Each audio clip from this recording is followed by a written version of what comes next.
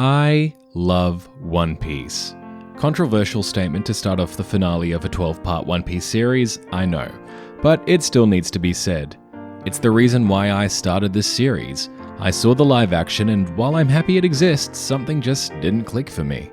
Something was missing. Its focus on getting to Arlong Park made me remember a sentiment I saw that newcomers to One Piece should just start from there, that the rest of the East Blue is a bit of a drag. So I thought if I'm going to reread the East Blue Saga for the umpteenth time, I should make a series of it. And now, after several months of writing, drawing, editing, that series is about to come to an end. But there's one chapter left, chapter 101. So let's get through it, the last chapter before Luffy and the crew enter the Grand Line, and we'll wrap up by going through everything this first saga of the One Piece story has taught us. You can't skip the last chapter after all, just like you shouldn't skip the end of this video. We are, once and for all, going to finally figure out what is the point of East Blue.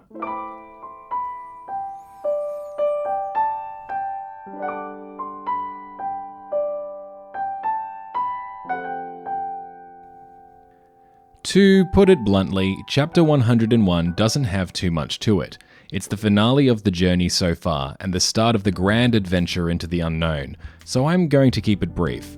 Oda finally answers the question, why can't we just sail directly into the Grand Line, why does there have to be an entrance, and it's because of something called the calm belt that surrounds it, somewhere where no wind blows, so you'd have to row to get through it. But rowing would be difficult because, well, Oda shows us rather than tells us. The largest sea monsters we've seen thus far, far larger than the creature that took Shanks' arm and much larger than Mumu. These are Neptunians and they dwell in the calm belt. So you have to use the entrance, which is up a mountain. This of course seems ridiculous, though Sanji once again shows a glimmer of knowledge about the Grand Line that other crewmates lack, saying that he's heard of this before, but it's fitting for an entrance to somewhere like the Grand Line, something that would have to be experienced to be believed. Then we see the Red Line for the first time, disappearing up into the clouds, surrounded by fog. We've seen it depicted on maps before, but the scale is something else entirely. We can't see the top.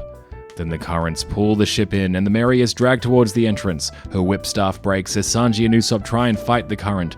The Straw Hats nearly crash, but Luffy manages to rebound the ship from certain doom. Also, I think it's a neat detail that he throws Zoro his hat. Zoro does his job in watching over Luffy and pulls him back aboard, and the Mary with all the crew safely on board ascend Reverse Mountain, exploding at the peak. The chapter ends as the crew begins their descent, barreling towards the unknown, into the fog, entering the waters of the Grand Line. And that's where the East Blue ends. The crew, all with great big smiles, excitedly looking at the Grand Line, moments before truly beginning the adventure of their lives.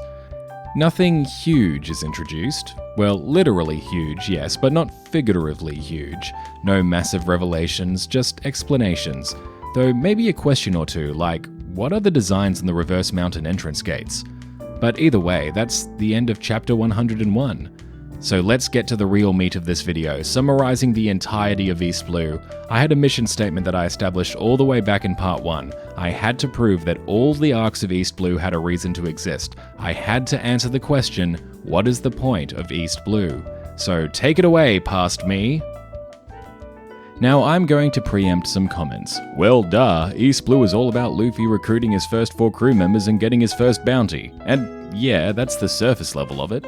But an intro to a story, especially fantasy stories, which One Piece is, has 3 goals. Building characters, especially the main cast, building a world, or at least setting the stage for one, and introducing the core themes that will hold the story together. Now, yep, the point of East Blue is to introduce the characters, world building, and themes for the story, and to paraphrase another line from Part 1 and Red Letter Media, Oda weaves so much detail into these first 101 chapters that while you may not be consciously aware of everything he introduces, your brain notices. So let's start answering the question, starting with the most important characters coming out of the East Blue, the Straw Hats. Monkey D. Luffy. As the series' main character, we've learnt a lot about him. First, we've learned about his past and his inspirations for becoming a pirate, Shanks. Through Shanks and his crew, we see the values of pirating passed on to Luffy, which he carries into the future. Mainly a love of partying, adventure, and freedom. When we see Luffy in the future, we find that he's woefully terrible at pirating. He has no skills that are useful for being a pirate. However, we also learn that he's perfectly aware of this shortcoming of his, and that's why he needs his crew. When it comes to his crew, Luffy has a selection criteria that has been revealed during the East Blue. It's not about strength, it's not even a demonstration of ability. He neither sees Nami navigate or tastes Sanji's cooking before inviting them to the crew, but rather their quality of character. Luffy best judges this quality of character by seeing how they stick to their ideals, whether they're willing to put their lives on the line, willing to go against a crowd in order to fulfill their beliefs. After all, if he's competing against other pirates to become Pirate King, he needs crew members willing to put their lives on the line. We learn through Luffy's confrontation with each arc villain what he won't be and do, how he'll never abuse his crew, he'll never use his crew, sacrifice his crew, that he'll trust in his crew. We learn of Luffy's own character, that he's not actually a traditionally virtuous guy. He doesn't care about doing good for people he doesn't know. However, what we also learn about Luffy is that he cares an extreme amount about people he likes, and will do whatever he thinks they need in order to be free and happy. That he's willing to overcome any obstacle in order to bring them joy. Luffy is quite emotionally intelligent, and if he cares about someone, he communicates with them in a way that they need. He can also cut through people's facades and has the ability to wait for the person to come to him if he judges that's what they require. Luffy does, however, lack tact. He's very straightforward, and despite his emotional intelligence, he's not particularly smart. So he'll often come across as rude or even thoughtless when he thinks he's doing the right thing in a given situation. In combat, Luffy is versatile and creative, able to come up with new moves seemingly on the fly depending on the situation. He's got grit and endurance to spare, though he does fight quite recklessly with little regard to his own physical safety. It is also a sign of Luffy's greatest shortcoming, his reckless and often emotional attitude. While he held himself back during Zoro and Mihawk's duel because he knew how important it was to Zoro, as soon as it was over, he recklessly rushed to fight Mihawk immediately afterwards. Thankfully, Mihawk didn't murder him on the spot. Similarly, with Arlong, he didn't think it before digging his feet into the ground to throw Mumu around. These reckless and emotionally driven decisions have the potential to cause massive problems for him and his crew. Luffy also really wants a musician. Roronoa Zoro, the first crewmate that Luffy recruits. Zoro is someone who lives with a singular goal in mind, becoming the world's greatest swordsman, something that he'd promised he'd achieve to his dead rival Kuina. Because of this promise, Zoro is someone who takes his own word very seriously. If Zoro promises to do something, he will do it. The reason he has become a pirate is because he promised Luffy. Rather, he swore to be part of Luffy's crew. This also means that Zoro takes his pride very seriously as well. Zoro is a stoic character. He analyzes situations with as little emotion as he can and acts accordingly. He often takes on the role of protector of his crewmates and appears to get distressed when he's unable to fulfill that role. However, just because Zoro is stoic doesn't mean he's always unemotional. When he's around the crew and is able to relax, he is perfectly capable of being funny, reacting in extremes, and all of that good stuff. He may default to serious mode, but that's not how he is all the time. An exception to his stoic judgment is when it comes to his deceased friend Kuina. When he comes across Tashigi, who reminds him of her, he's unable to keep a cool head, and he sees that as a weakness. Zoro is more than just a sword wielder, he's a full-fledged swordsman. How he views and treats swords and how he treats duels between swordsmen are evidence of that. This is confirmed both by Mihawk, who sees great potential in Zoro, and Matsu, who entrusts a true swordsman like Zoro his prized sword. In combat, Zoro uses 3-sword style, however he won't always use 3 swords, he's capable of using a single blade, and if he doesn't need full power, he often defaults to 2. However, if Zoro is getting serious in a fight, he puts on his bandana and equips all 3 of his blades. Zoro has a variety of techniques at his disposal with his 3 blades, one of which was able to make Mihawk sweat. He is also very strong and quite durable, able to fight with incredible wounds. Speaking of which, we've only seen one fight where Zoro was at full strength, his duel with Mihawk, which he lost. All other fights, Zoro has been at a disadvantage, either recovering from wounds, starving, or having his sword stolen early in the fight.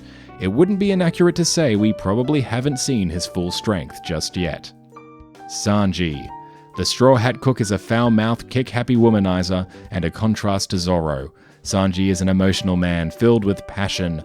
On the surface, he doesn't seem too emotional, as his upbringing with Zeph has made him take on Zeph's philosophy of what it means to be a man, mainly not showing your emotions aside from displeasure. His smoking habit was also something he only picked up in hopes that Zeph would treat him like a man. It seems like much of what makes Sanji the man he is today is the influence of Zeph's upbringing, his fighting style, his bad mouth, his sarcastic attitude, and more. Despite this, his dream of finding the All Blue predates Zeph as well as the start of his journey being a cook.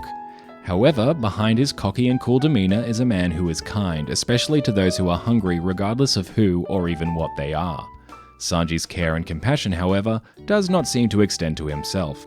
Rather, it seems as though Sanji doesn't value his own life and is often willing to risk or even throw it away. In contrast to his attitude, Sanji needs to feel valued, and that's why he was servile to Zeph all of those years, waiting for Zeph to acknowledge him, that he needed Sanji, and it's only Zeph's blunt acknowledgement that gave Sanji the push to pursue his dream of finding the All Blue.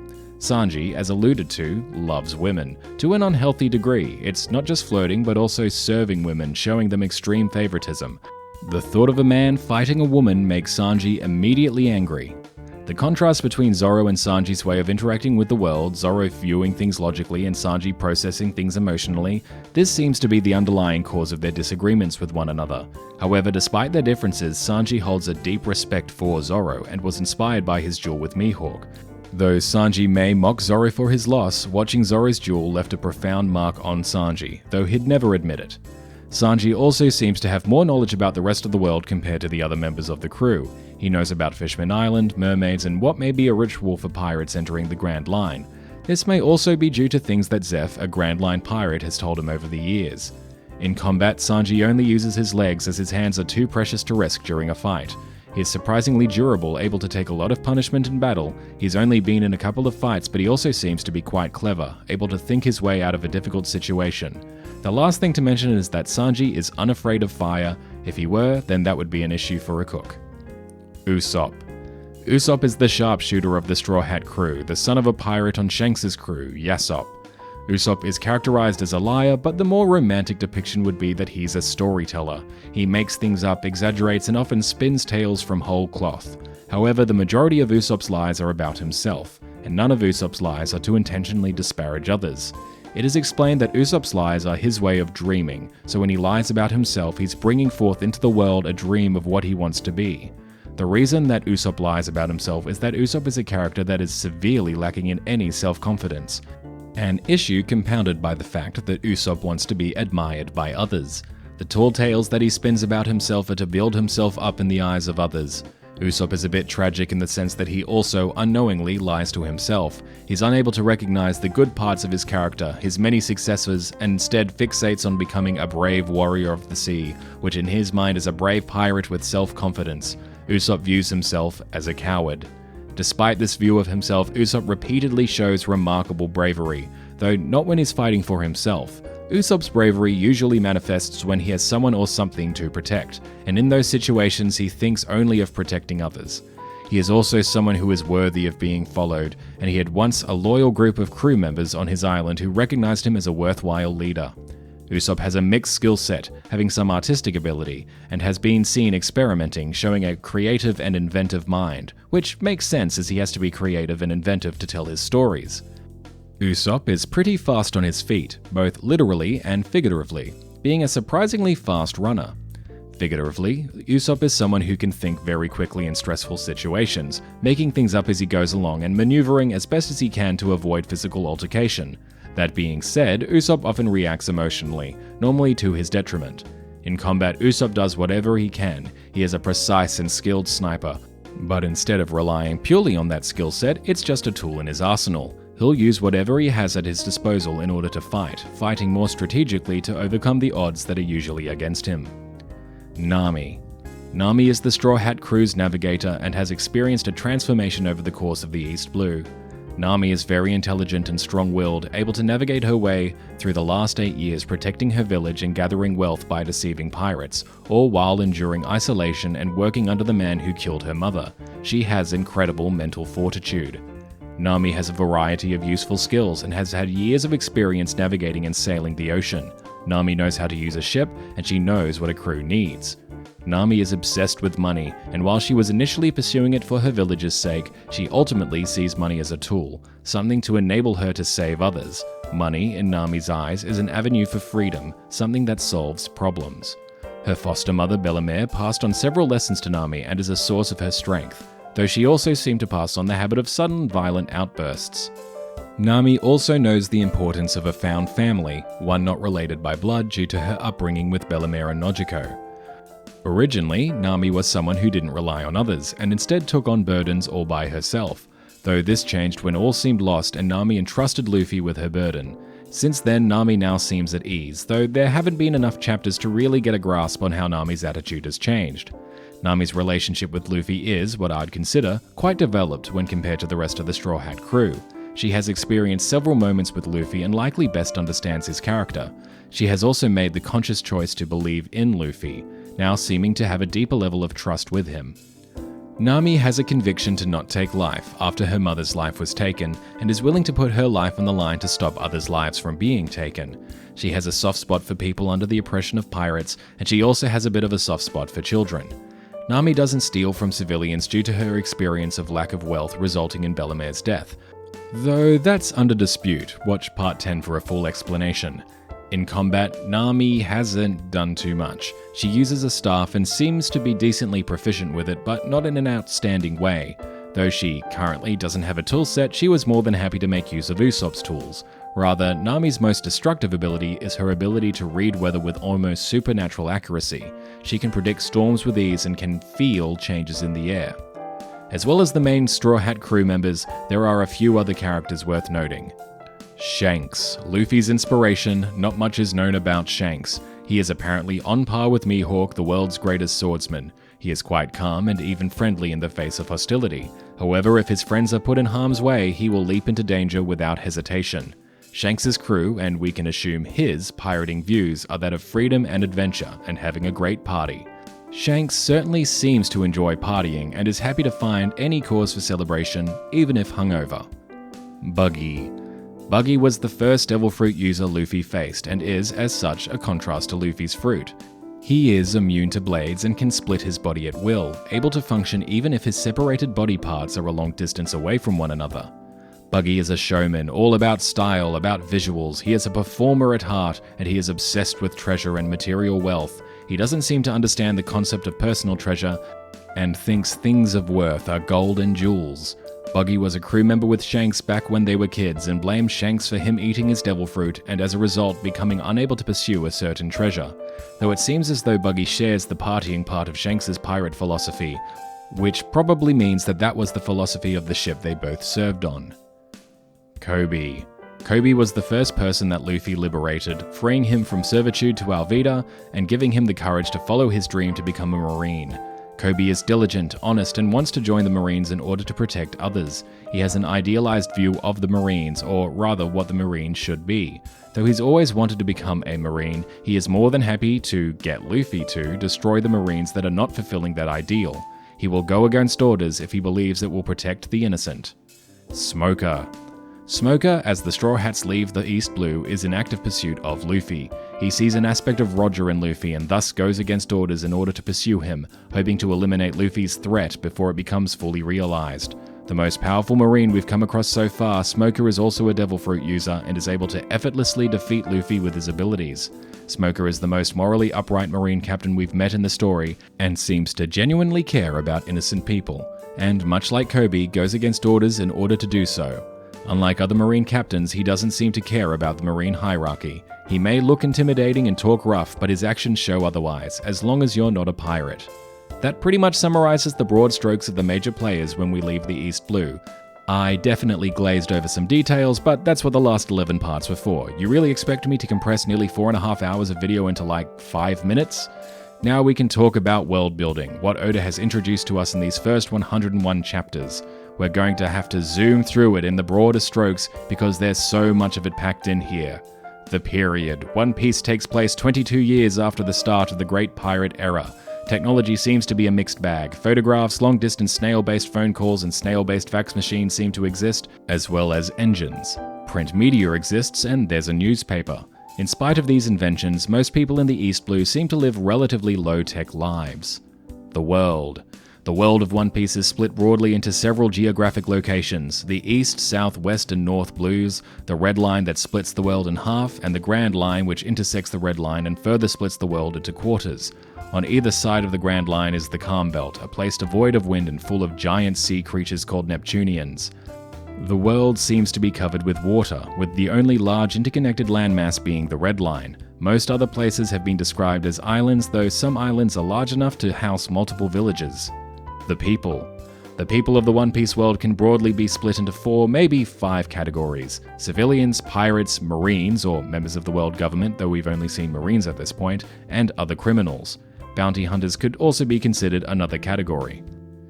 There has been no indication that all pirates think the same, or that all marines think the same. Oda has introduced a spectrum of pirates and marines to illustrate that end. The One Piece world has at least 3 races of sentient humanoid: humans, fishmen, and mermaids, though there's nothing saying there isn't more. Character designs of people can also vary greatly, from the more normal to the exaggerated and the weird and wacky. Fishmen are even more varied in that regard, though their baseline strength and size seem to be greater than that of humans. The animals. There are a great variety of creatures in One Piece, running the gamut from normal creatures, giant creatures, sea monsters, and weird creature amalgamations. Some creatures can be communicated with and can have minds of their own. Some animals even wear outfits. Though already mentioned, the Dendenmushi, or telesnails, also seem to be living creatures, though they are merged with and used as a technology. Combat and powers. There are a variety of different fighting styles in One Piece. On the more realistic end of the spectrum, there are guns, swords, and hand-to-hand, or in Sanji and Zeph's case, foot-to-foot. However, even these normal methods of combat can have weird and wild implementations. Zoro uses 3 swords, Hachi uses 6, and the strength and range of a weapon is not constrained to its size, such as when Mihawk cleaves a giant galleon in 2. Speaking of swords, we also learn a lot about swords, sword grades, and even the concepts of swords having minds of their own. There are various styles and techniques in fighting, such as Fishman Karate, and the classic anime trope of named moves. Fighting styles can be more bizarre and weapons more strange, as we see almost supernatural abilities with people like Kuro. Then there are people with powers like Jungo and his very potent hypnotism. With training and techniques, normal people can perform the abnormal. Then there are the Devil Fruit Eaters, whose powers are supernatural in nature, with most people on the East Blue surprised when they see powers in action. So far, we've seen devil fruits changing the properties of the human body, turning to rubber, splitting apart, making slippery, or turning to smoke. The drawback for eating a devil fruit is losing your ability to swim. All that is to say that Oda seems to be very unconstrained by his power system. At the moment, there doesn't seem to be a limiting factor on how people can fight or what people can do. The World Government. The world government has been getting introduced as a major antagonist in the series. We've mainly seen the Marines, but through them we've gotten an insight into the worst aspects of Marine culture. We've seen an early illustration into the warlord system and how terrible a government-sanctioned pirate can be for an island. We've seen authority and power abused, demanding tributes from citizens and making them live in fear. An early illustration of the celestial dragons. We've been introduced to their dogma, their forms of justice, and the scale of their military. However, there are good members of the Marines that genuinely do care about people, who will try and stop tyranny when given the chance. The world government doesn't seem to be completely in control though, as parts of the world seem to be under political unrest. Then the Grand Line. We've had contradicting views of the Grand Line. On one hand, it is a place of horror, the pirate graveyard, a place that strikes fear into pirates. On the other hand, it is a place of dreams, where dreams can be pursued, and where the Straw Hats believe they will achieve their dreams. Somewhere on the Grand Line is the location of the Pirate King's treasure, One Piece. The Grand Line itself is a sea route that circles the globe, and its entrance is Reverse Mountain, where all 4 seas come together. Then there is world building in a more meta sense, things related to Oda's writing. We learn that Oda doesn't always reveal things right away, whether that be character motivations, backstories, or even reasons behind their designs. He'll drop hints, but reveals can come dozens of chapters later. This teaches readers to pay attention to minor details in the story. We also learn that the world of One Piece is alive, that things happen that Luffy isn't directly involved with, that the world keeps moving even when the Straw Hats are not in frame, and that these movements can come back to affect the story. The way that Oda can demonstrate this is through cover stories, which we learn in the East Blue are canon, and the characters in these cover stories can reappear in the story dozens of chapters after their conclusion. Something that has made itself known in Oda's writing is the almost mundane dangers of sea travel and adventure. We came across an instance of a character having caught scurvy, meaning that Oda is aware of and is willing to introduce diseases as a legitimate threat in his story. And finally, Oda introduces a variety of themes in the East Blue, the various topics and concepts that Oda incorporates into his stories. Firstly, the themes that were the focus of the East Blue, being a pirate and being a captain. Oda introduces us to a colourful cast of pirates, none of which have a unified philosophy, and that in and of itself is Oda telling us that pirates don't all think the same, that pirates become pirates for different reasons, that they have different goals. I suppose, in that sense, the only shared ideology between pirates is that they want freedom. However, there is one thing that does clearly define a pirate, that they have drawn the ire of the world government. It doesn't matter what you did to gain the government's ire, whether it was a truly heinous act or you did something that the government didn't like. All are pirates and all need to be crushed. And what is being a captain about? We get a variety of views of that as well. Is a captain about being the infallible leader who can use his crew how he wishes? Or is a captain someone who is the strongest, who commands the greatest might? Or maybe the role of the captain is to protect their crew, to be able to defeat the enemies that come against them. Well, we see which type of captain succeeds, don't we? Another theme that has made several appearances in the East Blue was that of treasure, namely personal treasure. We see that there are things more important than gold and jewels, and that the obsession with material wealth can leave you trapped in a treasure chest for 20 years, leaving you terribly alone. We saw the sadness that can come from losing your treasure, and we've seen how fiercely people can defend their or even other people's treasure. Some more arc-specific themes were that of the power of lies, that telling lies or stories can be used to help others, to bring peace and give confidence, but they can also be used to isolate, betray, and destroy. Oda also took on the theme of racism with his depiction of Arlong's self-assured racial superiority, but then also dismantles that same view with Luffy's belief in individualism. Finally are the overarching story themes. We learned about the ties between people which can be stronger than those of blood, the concept of a found family. Then there were talk of dreams, following dreams, and trusting people's dreams, taking on the other people's dreams. Then there were the themes introduced just before the ending of the East Blue that will surely be carried on, that of inherited will, freedom, and the ebb and flow of the ages. And finally, present in all arcs except for the very first chapter and in Rogue Town, it's the ever-popular Luffy liberation loop. The fact that Luffy brings liberation wherever he goes, often unintentionally. People are oppressed, either physically or mentally. Luffy liberates them from their physical oppression, or he inspires them in a way that frees them from their mental oppression, and then the liberated people are able to live their lives, and often are now free to pursue their dreams, and sometimes, as a fourth step, there'll be a giant party afterwards. And that is the point of East Blue. It is the longest prologue ever, the greatest introduction in fiction. It establishes a vibrant, three-dimensional world full of well-realized characters, bubbling with strange creatures and stranger people. It's not just defined what the story will be, but also sets up the scaffolding for even more things to be introduced in the future. So thank you so much for joining me on this journey, because remember, it's not I attempt new things, it's we attempt new things. Thank you for watching. And hang on, what's that?